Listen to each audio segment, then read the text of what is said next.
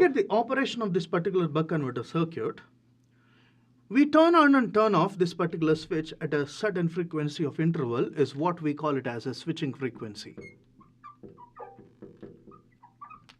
And switching frequency is something that gives a time period of operation of the switch. Now, if you have that time period of operation, usually it may range between 5 kilohertz to 10 kilohertz. So this switching frequency gives us the time period at which we repeat the on and off of this particular switch. And consider that you know the time period of on, then we have a duty cycle, something that is decided based on the on period of the switch upon the total time period of the switch. If you say that the duty cycle is 0.5, that means you're turning on your switch for half of your total time period. If that is the case, then the kind of pulse that we apply to this particular switch is something like this. With respect to time, if you look at your gate pulse applied to your switch,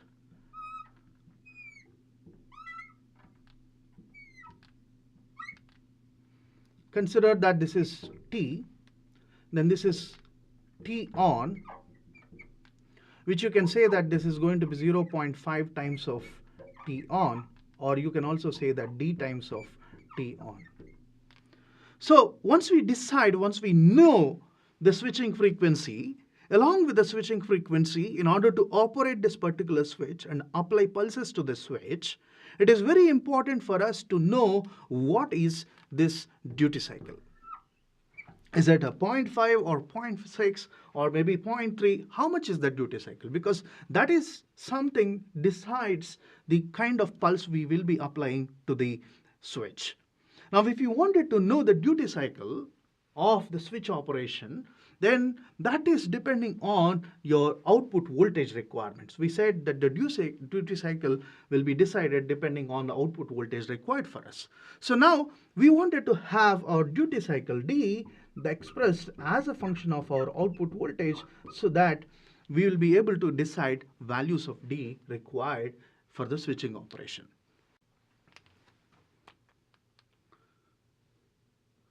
Once we have the switching pulse, then if you look at the operation of this particular buck converter, when your switch is on, in that particular case, you can see that the source voltage will be connected across the diode. This is the positive source voltage. And if it is connected across this particular diode, you say that this diode is going to be reverse biased. So the switch is closed, diode is reverse biased. You can see that this will be the resultant circuit we get. And then we can say that the source is supplying the inductor, and the inductor experiences the voltage, which is the difference between the source voltage and the output voltage. If you look at the polarities that we assign to the inductor voltages. So during the turn-on period of your switch, you have voltage across the inductor being the difference between the source and output voltage. So that's what we have written here. Now, if that is the voltage applied to an inductor, then inductor is going to be charged, and the current that is flowing through the inductor slowly increases during this period. You can say that at this particular point is when you are turning it off. Up to this point, this is D times of T on, your inductor is increasing its current. Now, after that time, as your inductor has been storing energy and its current is increasing, if you turn off your switch after D times of T on time, then once you turn off your switch, then inductor has been storing magnetic field, then it has stored current in it, then it will be reverse biasing its voltages, it will be reversing its voltage terminals, so that if it reverses its voltages, then it will have higher voltages here and then lower voltages here. If you have higher voltages and lower voltages, then you can see that the diode is going to be forward biased and it will be in conduction mode, whereas the switch is off. So if your switch is off and diode is on, then this is the resultant circuit we have, where the stored current in your inductor is going to get discharged into your capacitor as well as your resistive load. That means your current through the inductor is going to be discharged. And if you look at the voltage that appears across the inductor during that time, it will be exactly negative of that load voltage. So that's what we said. When the switch is off, the voltage across the inductor is going to be negative to that of the load voltage. And you have voltage across the inductor being negative relative to the previous voltages. And then you will have the current in the inductor being discharged during this time, and as a result, the current through the inductor decreases. So we can see that the current response here. If this is the behavior of your inductor, you can see that the current through the inductor is very much pulsating. That is just charging to the full during the turn-on period, and it is completely discharged by the time you again start your next cycle. So at this particular time, T, it is completely discharged. This is if you have strategically selected the values of the inductance to behave this way. Keep on increasing the values of your inductances, then in that case, your current through the inductor gets smoother and smoother. You can see that if you have higher values of the inductances, as I said in the previous case, the currents will increase to a peak value and will completely get discharged by the time you start your next cycle if you have strategically selected the values of the inductances, what we call it as the critical values of the inductances.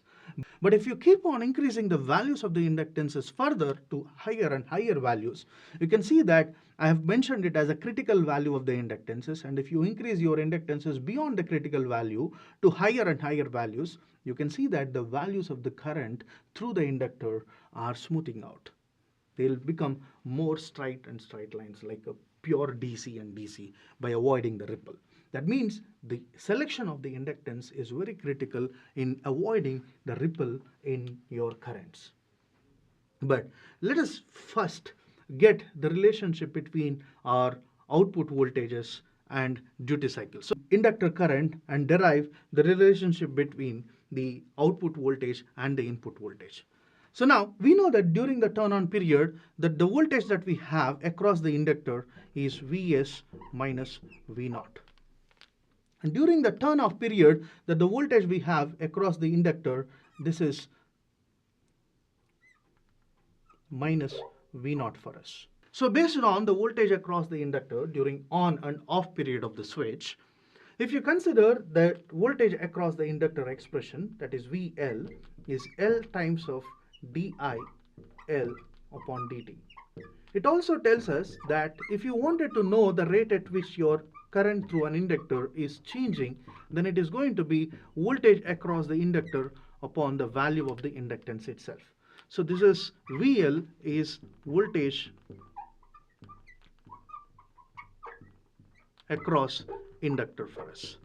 Now if that is the case, especially when you have your voltage across the inductor being constant. So if you wanted to look at what is that DIL by dt during on period of your switch, then your rate at which the current through the inductor is changing is Vs upon minus V0 upon the value of the inductance. If you want to get the same during the off period of the switch, the DIL upon dt is minus V0 upon the value of the inductance for us. This DIL by dt is rate at which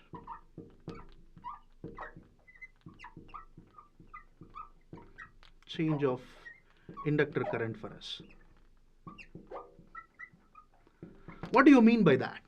If you look at your current responses, during this period, your current is increasing.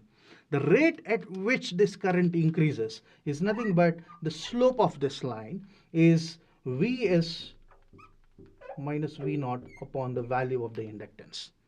Now similarly, the current is decreasing during the off period. That means the rate at which this current is reducing is the slope of this line is minus V0 upon the value of the inductance. So you are able to get the slope at which the values of the inductor are increasing during the turn-on period, and the slope at which the values of the current are reducing during the turn-off period of the current. So switch.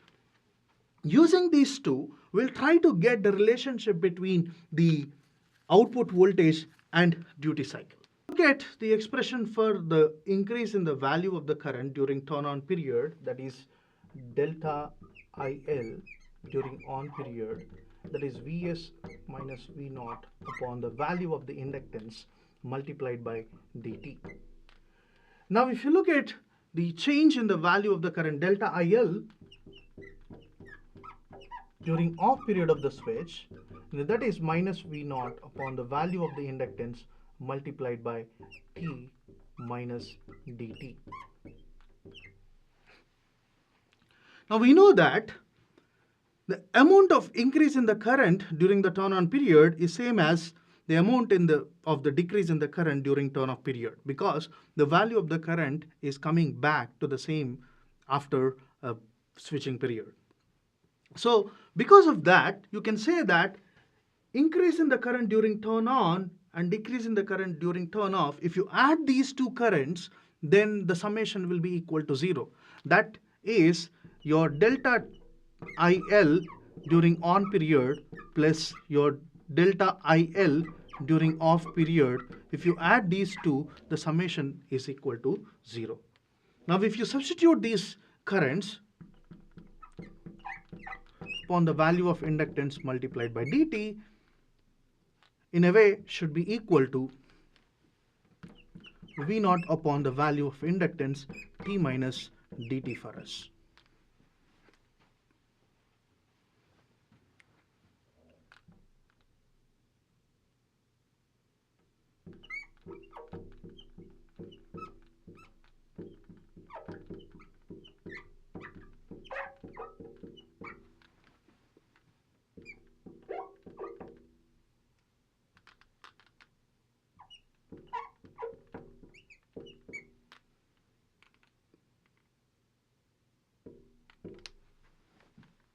So you get your output voltage as D times of V naught. So if you have your output voltage as D times of V naught, means the duty cycle of this particular switches will be selected based on the output voltage. You now know that D is actually function of V naught. In a way, you know that D is V naught upon Vs. So depending on the ratio of transformation that you need, you'll be able to select the value of the duty cycle in the case of a buck converter. So the next thing, after knowing that your switch, the value of the duty cycle for the switch D is V naught upon the value of Vs, then the next question is, how do we decide the values of the inductance? So the values of the inductance will be decided based on the current ripple, means the allowable variations or ripples in the current that you have. So now you know that the delta IL, the amount of the current ripple, is, if you wanted to look at the magnitude itself, V naught upon the value of the inductance multiplied by T minus dt. So in a way you can write down this as V naught upon the value of the inductance multiplied by 1 minus d in T, or you can also say that V naught 1 minus d upon L multiplied by frequency, because the time period is inverse of the frequency. So this is delta IL. But usually you wanted to know that ripple as a percentage of your output current. So now if you write down that, okay, my delta IL upon the value of I naught, then you will just add I naught here. Now if you're talking about the percentage of ripple, this is how you quantify that.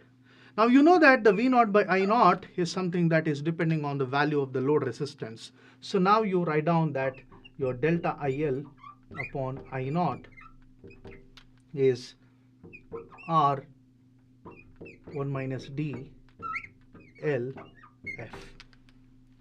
So that means if you want only 5% of the ripple as the ripple current, then you mean to say that, okay, my delta IL upon I naught multiplied by 100 is the percentage of ripple is 5, because you wanted to have 5% of the current ripple. If you want to have 2% of the current ripple, then you say that this is equal to 2, then that is where you are designing your buck converter to have 2% of the current ripple. So now if you want that percentage, that means you say that this is 0.02 in the case of 2% ripple requirement, then depending on the switching frequency you have selected and depending on the duty cycle or the output voltage transformation ratio you wanted and the load value of the resistance, you can decide the values of the inductance here. So now you say that my values of the inductance will be depending on the R 1 minus D upon frequency. You can also say that this is delta IL, if you know what is the magnitude of delta IL, or if you have the percentage, then you will say that, okay, this is multiplied by I naught and 100. So depending on that, you'll be able to decide the values of the inductances